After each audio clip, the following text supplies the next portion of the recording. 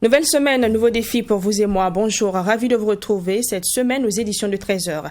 À la une cet après-midi, clap de fin de la 27e édition du FESPACO le week-end dernier. Le Somalien Kada Aiderus Ahmed crée la surprise faisant l'unanimité au sein du grand jury. Il remporte l'étalon d'or de Nyenenga avec son film La femme du fossoyeur. Retour en image sur cette cérémonie dans quelques instants. Communauté musulmane du Burkina Faso, bientôt un nouveau bureau aux affaires. La communauté a débuté son 13e congrès le week-end dernier. À l'issue des travaux, le nouveau bureau devrait être installé. Des nouvelles réformes sur les statuts et règlements seront également adoptées pour garantir la cohésion au sein de la communauté musulmane. Voilà pour le sommaire. Bienvenue à vous qui nous rejoignez. 27e édition du FESPACO. Les lampions sont éteints. La clôture de ce grand rendez-vous du cinéma est intervenue dans la soirée du samedi 23 octobre. Une soirée pleine de couleurs a refermé cette édition qui s'est déroulée dans un contexte sécuritaire et sanitaire difficile. Pour cette édition, le meilleur film vient de la Somalie, La femme du fossoyeur du réalisateur Kada Aiderus Ahmed. Les images dans ce premier reportage est signé Michael Toukré. L'étalon d'or va. La femme du fossoyeur. Avec son film La femme du fossoyeur, Ahmed Kata est couronné étalon d'or à cette 27e édition du FESPACO. C'est une histoire d'amour d'un couple dont l'équilibre de la famille est menacé et raconté par le réalisateur somalien dans les quartiers pauvres de Djibouti. Le prestigieux trophée, tant convoité par les réalisateurs remis par les présidents du Faso, Roch Kaboré, et Macky Sall du Sénégal à la productrice du film La femme du fossoyeur. La reconnaissance de la profession, c'est très prestigieux que ce soit la profession africaine aussi qui reconnaisse ses pairs. C'est extrêmement émouvant, ça a beaucoup de sens, je pense. Donc oui, il a un sens très particulier ce prix et une importance particulière. Cette biennale du cinéma africain aura tenu toutes ses promesses malgré la pandémie du Covid-19 et la question sécuritaire. 64 pays ont répondu présents sur FESPACO 2021, 1500 films de 52 pays sélectionnés pour plus de 500 projections en une semaine de festivités. Roch Christian Kaboré et Macky Sall ont félicité les acteurs du 7e art et promis travailler pour un meilleur accompagnement du cinéma africain. Cela nous ramène à nos responsabilités de gouvernants pour donner un peu plus de moyens à ce secteur afin de lui permettre donc de se développer. Je voudrais en tout cas me satisfaire de cette grande participation.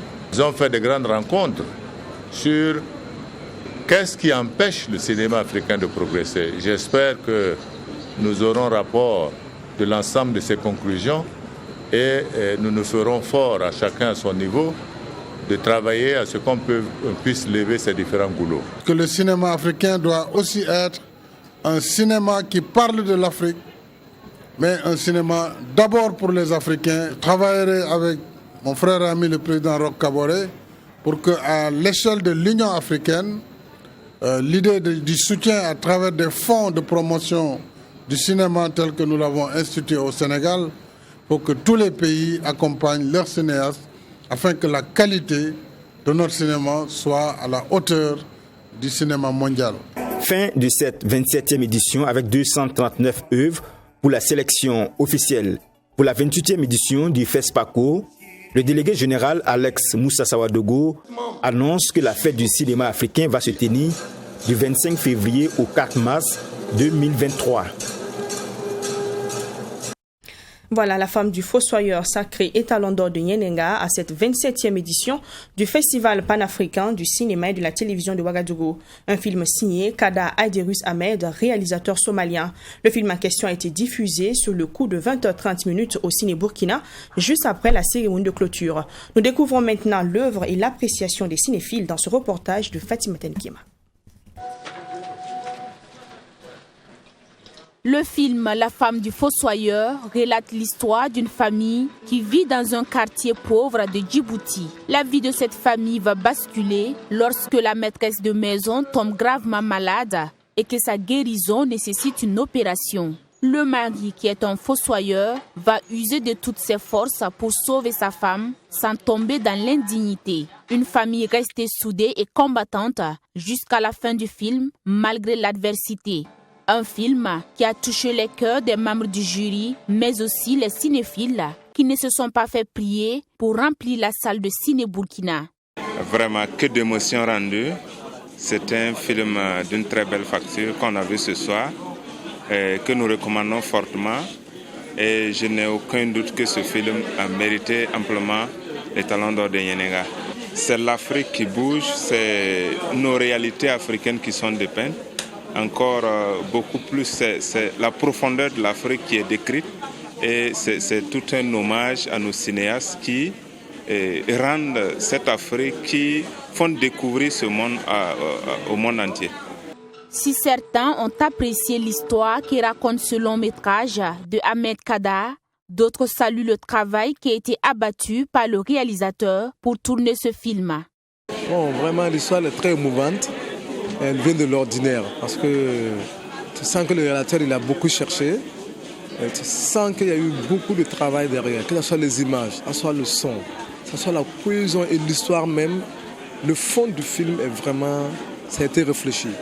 La femme du fossoyeur a été tournée à Djibouti en version originale somalie et sous-titrée en français. Le réalisateur âgé de 40 ans est d'origine somalienne et de nationalité finlandaise. 27e édition du FESPACO, la résilience du pays hôte, le Burkina Faso, saluée par les festivaliers lors de la cérémonie de clôture du FESPACO. L'un des défis de cette 27e édition du FESPACO était d'arriver à la tenir dans un contexte sécuritaire et sanitaire difficile. Défi relevé par le commissariat général du FESPACO dans la cuvette du Palais des Sports de Ouaga 2000. Les festivaliers ont ovationné le délégué général du FESPACO, Moussa Alex Sawadgo, et son équipe pour cette édition. Un seul film burkinabé a remporté les talons d'or et c'est dans la catégorie documentaire long métrage avec le réalisateur Moumouni Sanou. Michael Toukri. L'une des grandes satisfactions de ce FESPACO 2021 reste sans doute son délégué général. À cette cérémonie de clôture, c'est un standing ovation pour Alex Moussa Sawadogo. Le délégué général du FESPACO peut se satisfaire d'avoir relevé le défi de la tenue de la fête du cinéma africain. D'abord, nous avons réussi déjà à relever ce défi. Et ce défi, c'était de pouvoir l'organiser dans de très bonnes conditions. C'était de pouvoir aussi arriver à montrer aux yeux du monde que le Burkina Faso, malgré les difficultés que nous vivons, est capable en fait d'organiser un tel événement. Contrairement à d'autres pays qui ont annulé les festivals, nous avons relevé ce défi-là. C'est de montrer aussi que nous ne devrons pas s'apitoyer sur nos sorts. Nous ne devrons pas toujours se remettre en cause en fait. Nous devrons tout un peuple devrait se mettre debout en fait pour montrer aux yeux du monde et quelles que soient les difficultés, nous pouvons avancer et nous pouvons faire rêver le monde. À ce FESPACO 2021, pour une première, 2 prix du président du Faso ont été décernés. Il récompense les meilleurs espoirs burkinabés. La réalisatrice Delphine Yerbanga, avec son film Les traces d'un migrant, remporte un prix du président du Faso. C'est un projet qui est né en 2012 au Sénégal, pendant que j'y étais pour mes études, où j'ai fait la connaissance de 2 charmantes filles, Adama et Awa, qui m'ont demandé de les aider à retrouver leur père. J'ai décidé d'en faire un film documentaire et depuis 2012, nous travaillons ensemble. C'est la première fois qu'ils donnent ce prix-là et aussi ça coïncide avec ma première participation au FESPACO parce que je suis à ma première expérience et je suis vraiment satisfaite et très heureuse de recevoir ce prix que je dédie à toutes les femmes professionnelles de l'image et du son et à toute la jeunesse burkinabé. Dans la catégorie documentaire long métrage, les talons d'or est remporté par le réalisateur Moumouni Sanou avec son film Gaderi Nocturne. Le film parle des travailleurs de sexe qui sont tellement mal vus au sein de la société alors qu'on les trouve partout dans le monde entier. Alors que tout le monde court derrière elles la nuit et dans la journée, personne ne veut le voir. Première participation au FESPACO avec mon film et ce premier prix aussi. Très fort. Delphine Yerbanga, l'une des lauréats du Grand Prix du président du Faso, empoche la somme de 3 millions de francs CFA. Moumouni Sanou, couronné et talon d'or dans la catégorie documentaire long métrage, une première participation au FESPACO empoche la somme de 10 millions de francs CFA. Nous restons avec Michael Tougri pour parler cette fois-ci des innovations de la 27e édition du FESPACO. Pour cette édition 2021, la grande innovation en termes de prix est la création de la catégorie Prix Nyenenga Post-Production. À la clôture du MICA, marché international du cinéma et de la télévision africain, 7 prix dans la catégorie Nyenenga Post-Production ont été décernés.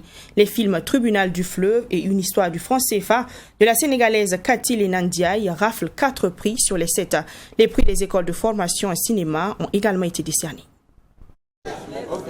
Elle peut se satisfaire des prix remportés dans la catégorie Yenenga Post-Production. Les films Tribunal du Fleuve de la réalisatrice Lenandiaye remportent les prix OIF et Dox Box respectivement d'une valeur de 5 000 € et de 30 000 €. Les prix Pathé BC Afrique et Tropica sont remportés par le film Une histoire du franc CFA, aussi de la réalisatrice Lenandiaye du Sénégal.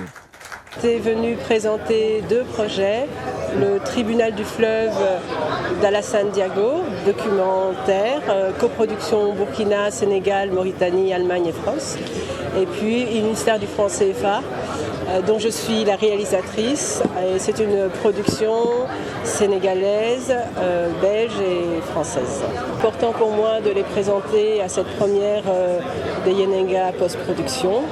Et je remercie vraiment le jury d'avoir accueilli et distingué ces 2 films.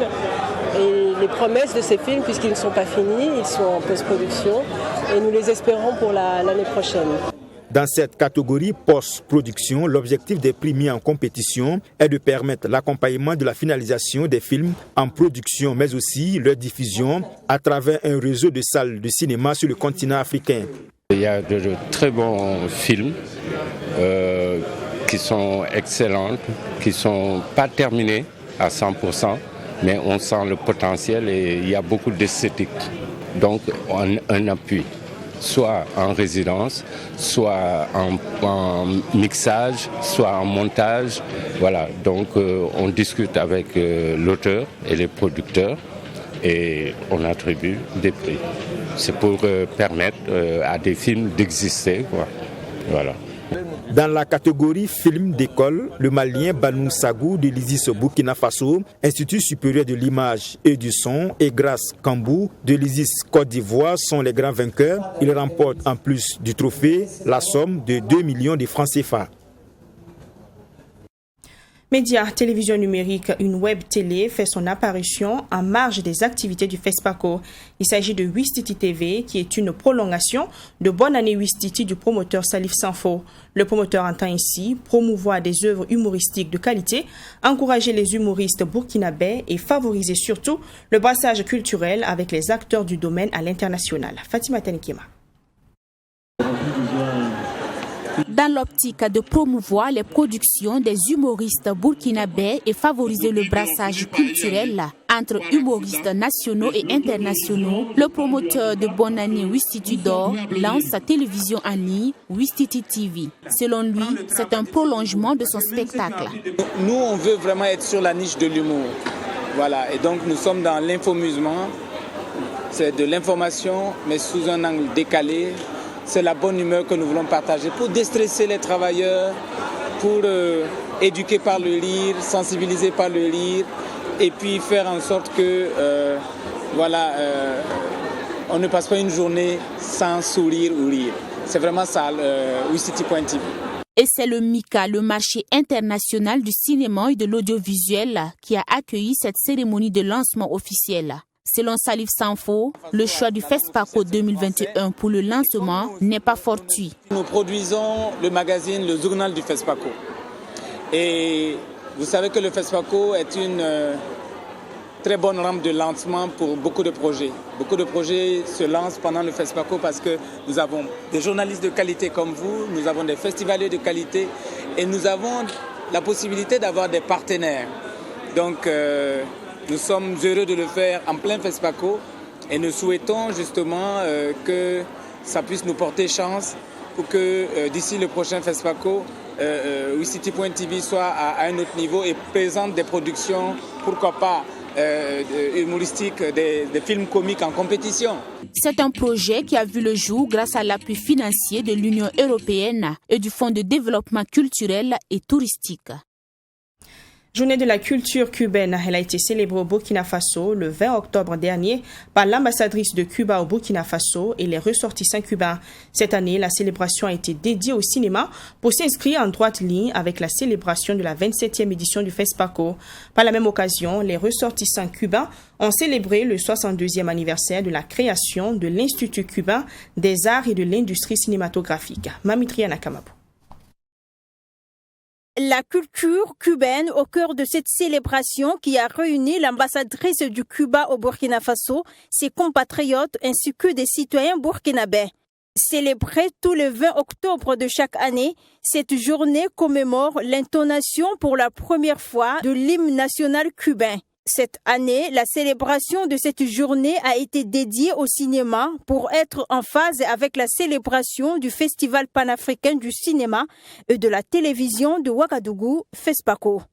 Alors, j'ai voulu faire la coïncidence et c'est pour cela qu'on a décidé de montrer un film cubain, un directeur jeune mais avec du talent. Et nous avons aussi mis une petite exhibition de s'affiche du cinéma cubain, de films cubains, ici au Mémorial Sankara.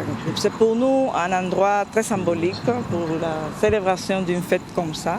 Le mémorial Thomas Sankara était le lieu choisi pour marquer cette journée.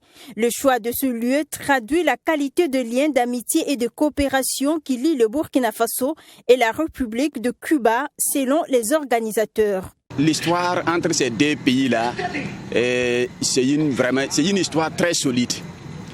Vous savez bien que Thomas Sankara avait des relations vraiment particulières avec le commandant Fidel Castro. Donc ce qui fait que les deux pays vraiment sont liés par l'histoire. Voilà, c'est ce qui fait que quand même le 4 août, vous voyez que la révolution, que les Cubains commémorent aussi le 4 août avec les Burkinabés. Par la même occasion, les ressortissants cubains ont célébré le 62e anniversaire de la création de l'Institut cubain des arts et de l'industrie cinématographique. 13e congrès de la communauté musulmane du Burkina Faso. Après plusieurs tentatives et rebondissements, il s'est finalement ouvert ce samedi 23 octobre dans la salle de conférence de Ouagadougou 2000. Les 23 et 24 octobre donc, les différents participants venus des 4 coins du Burkina Faso ont tenu des échanges dans le sens du renforcement de la cohésion au sein de la communauté musulmane. Un nouveau bureau est également attendu à l'issue de ce congrès. Serge Kabouré. Il est 8h à la grande mosquée de Ouagadougou ce 23 octobre. Assis côte à côte, les protagonistes de la crise, à savoir le président sortant Abdourahmane Sana et le président du comité permanent provisoire Oumarou Kwanda, fument le calumet de la paix avant de prendre la route pour le 13e congrès ordinaire.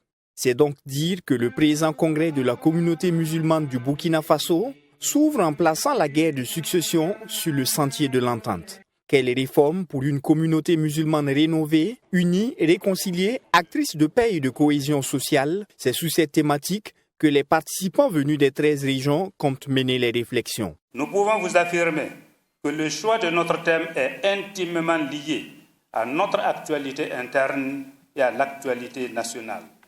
Nous avons tiré beaucoup de leçons de ces 4 dernières années pour procéder aux réformes nécessaires qui préservent désormais dans notre maison du retour du diable. Au cœur de nos travaux figure en effet la révision de nos statuts et de notre règlement intérieur.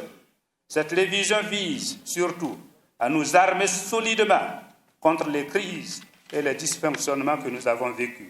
Face à une querelle de succession lourde de tous les dangers pour la paix sociale au Burkina Faso, le ministre en charge du culte a exprimé la joie des autorités de voir les fils et les filles de la communauté unifiés. Le gouvernement a été soucieux de voir se dénouer cette crise, cette situation d'impasse que traversait la communauté musulmane.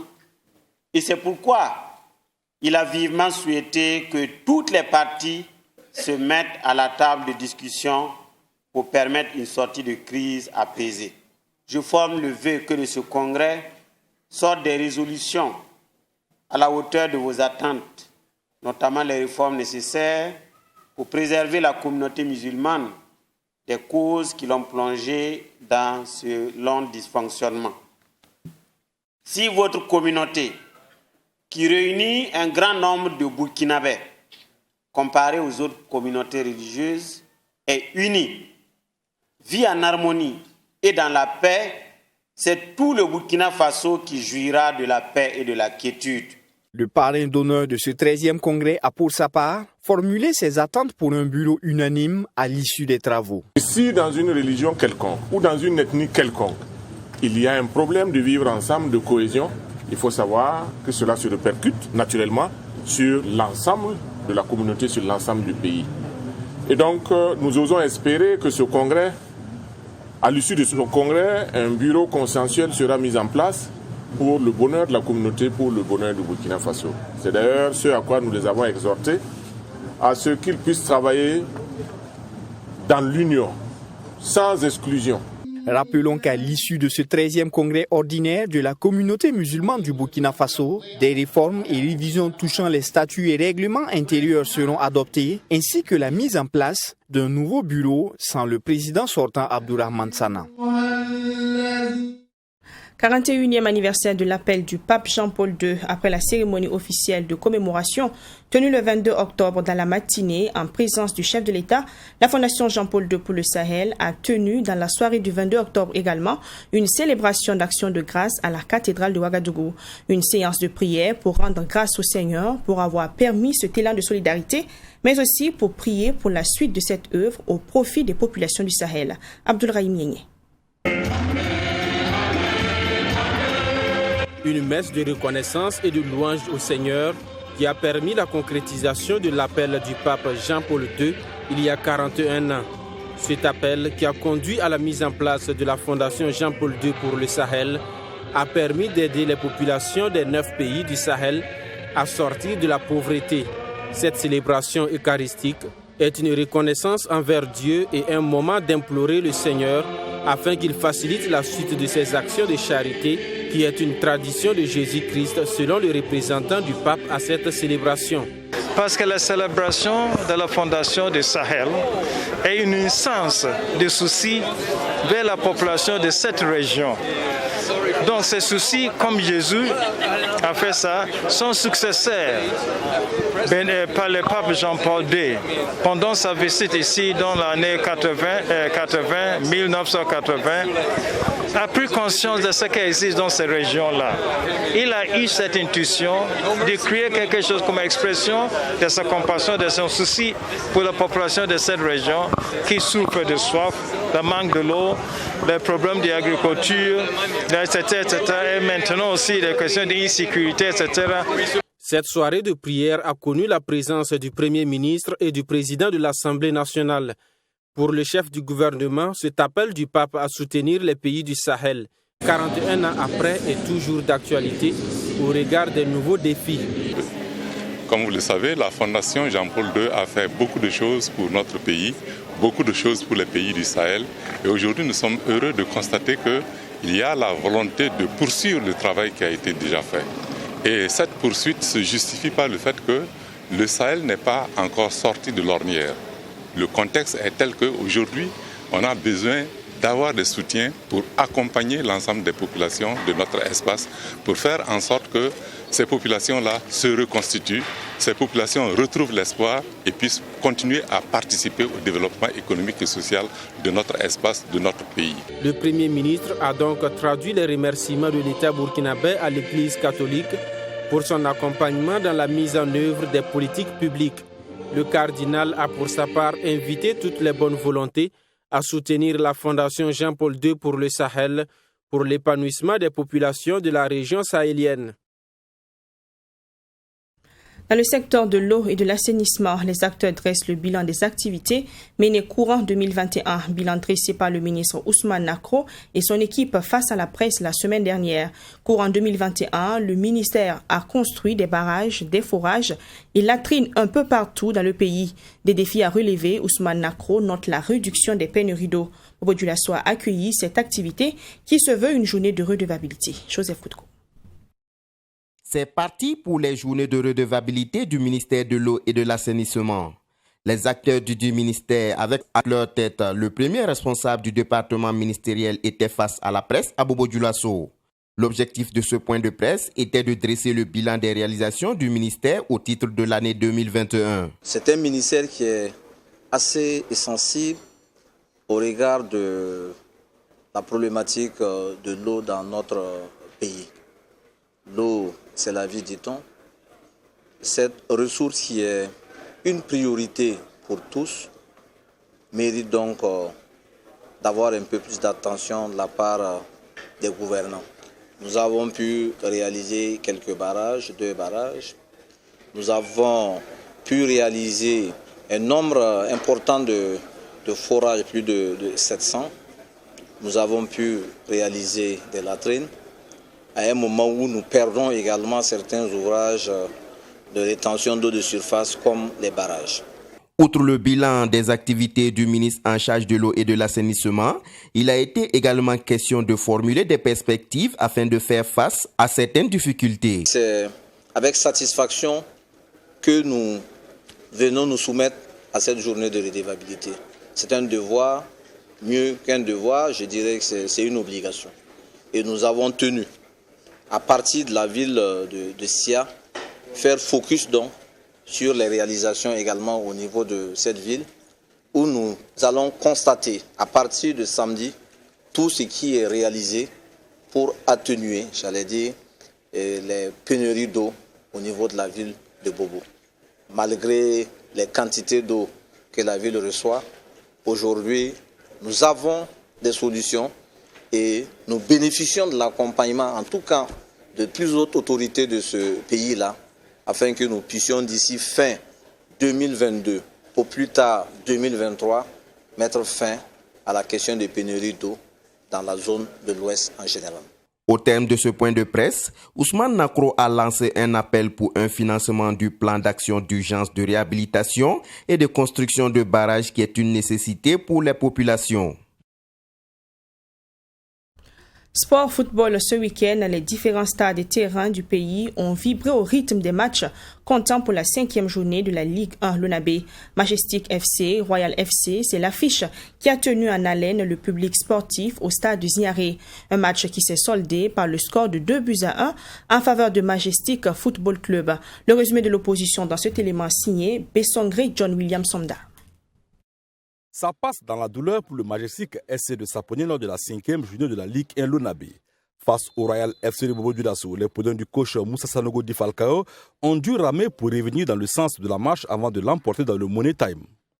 En effet, les royalistes, à la faveur d'un meilleur quadrillage du terrain dans les 45 premières minutes, gèrent les débats et parviennent à regagner la pause avec un avantage d'1-0, consécutif à un pénalty tiré par le capitaine Karim Barou à la 30e.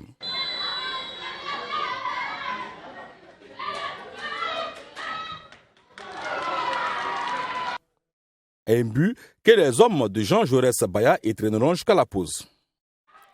À la reprise, le Majestic de Saponi impose timidement sa marque face à une équipe du Real visiblement revenue pour conserver son avantage. À force de reculer, la défense des Boys de Bobo finit par craquer en concédant un pénalty pourtant évitable à la 73e minute. Chargé d'exécuter la sentence, Omar Kaboré Di Djolo ne tremble pas et remet les deux équipes à égalité.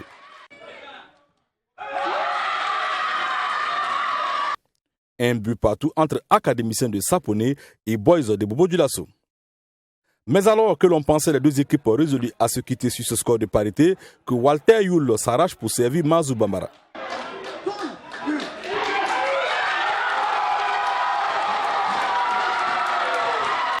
Deux buts à 1 en faveur du Majestic qui l'emporte non sans provoquer de la frustration sur Jean Jaurès Baya, le maître à penser du Royal FC. Non, mais c'est normal. Vous tous, vous voyez le match. Moi, j'ai rien à dire sur l'arbitrage. Sur le penalty, mon joueur est vite, il vient le cogner, il dit penalty. Il y a une main dans la surface, il s'y fait. Mais après, la semaine est gâtée. Alors, coach, mais est-ce qu'aussi en deuxième période, vous n'avez pas trop reculé? Trop reculé, mais quand on nous empêche de défendre sérieusement, tout ce qu'on fait des cartons, vous voyez la fin du match, vous allez voir le nombre de cartons qu'ils nous donnent. Les cartons, André, il les avait pour le Royal. Moi, j'ai jamais parlé d'arbitre. On a vu le match passer contre l'histoire. Je me suis jamais plaint, j'ai jamais parlé. Mais là, aujourd'hui, c'est grave. Mais vous êtes des journalistes, vous le voyez mieux. Vous êtes là pour parler de ça. J'ai dit bravo à Majestic. Mais après, on nous empêche de jouer, s'il vous plaît. On nous empêche, c'est grave. Le championnat est trop sérieux pour que toujours on se plaigne des arbitres. Pour Moussa Sanogo Di Falcao, c'est une victoire à prendre. Oui, c'est sûr que c'est une victoire à l'arraché, comme vous l'avez dit. Mais il fallait y croire parce qu'à la mi-temps, on les a beaucoup engueulés. Il y avait de la place pour une victoire. Ils ont cru, je pense que le mérite leur revient. Donc on va continuer à travailler. Le match qui vient, à ça il faut penser déjà, parce que ça c'est déjà du passé. Avec cette victoire, le Majestic SC de Saponi engrange sa deuxième de la saison après 5 journées. Pour le Royal, la victoire face au Kiko le week-end écoulé n'est pas bonifiée et le club reste dans la deuxième moitié du tableau avec 6 points, le même nombre que son bourreau de la journée.